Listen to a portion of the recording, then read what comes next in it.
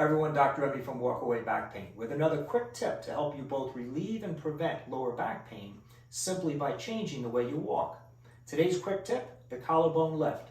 So many of my patients learn this collarbone lift because it's a great way to improve stabilization exercise during the day as you're just walking around with your normal activities. The scientific literature has shown time and time again that stability exercises, particularly increasing the endurance of our core stabilizing muscles, helps to get over back pain and prevent it because it helps to stabilize the spine and prevent unnecessary motions from happening where soft tissues such as discs or arthritic joints, chronic problems with nerves can become irritated. So as opposed to doing a lot of stability exercises in the gym or at a rehab center, you can do this as you walk around during your daily activities. The collarbone lift is done simply by keeping your collarbone as comfortably tall as possible. Most people with back pain, if you watch the way they walk, their collarbone actually falls down.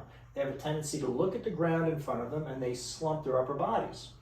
As the upper body comes forward, the weight becomes more significant in the lower back in terms of flexion, meaning bending forward, putting compressive force on the disc, overstretching ligaments and muscles in the back, and it stresses the spine day in and day out as we walk around 5,000 to 10,000 steps a day with an inch or more of depression with the collarbone.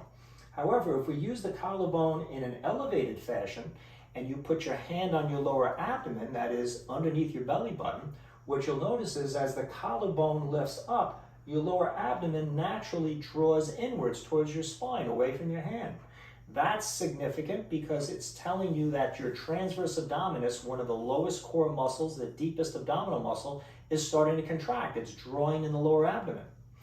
The other thing that you'll find is the multifidus muscles, which are small muscles on the back of your spine. If you go to the midline of your spine and feel just to the side of the bone, actually between two bones, pick any two bones you want in your lower back, as you lift the collarbone, you'll feel some hardness occurring as the multifidus muscles start to contract. So these deepest stabilizing muscles, both the transverse abdominus that runs sideways and the multifidus that runs off each vertebra and travels down one or more segments, they become engaged as we keep the collarbone tall, and we keep it there as we walk. The other muscles that will become engaged are other extensor muscles that run up your spine that help hold you upright. And extensor muscles have been shown to be very good for decreasing disc problems because they prevent forward flexion forces, which many times aggravates pain. So put this one into your routine, pepper it in, gradually increase the time that you hold your collarbone tall. Remember, if you go too tall and you feel your lower back, that's an overcompensation. You have to let down just a bit, but keep it as tall as possible. And as you walk, you're going to be engaging these core muscles, and over weeks and months, you're going to be helping to increase your stability of your lower back and hopefully prevent lower back symptoms.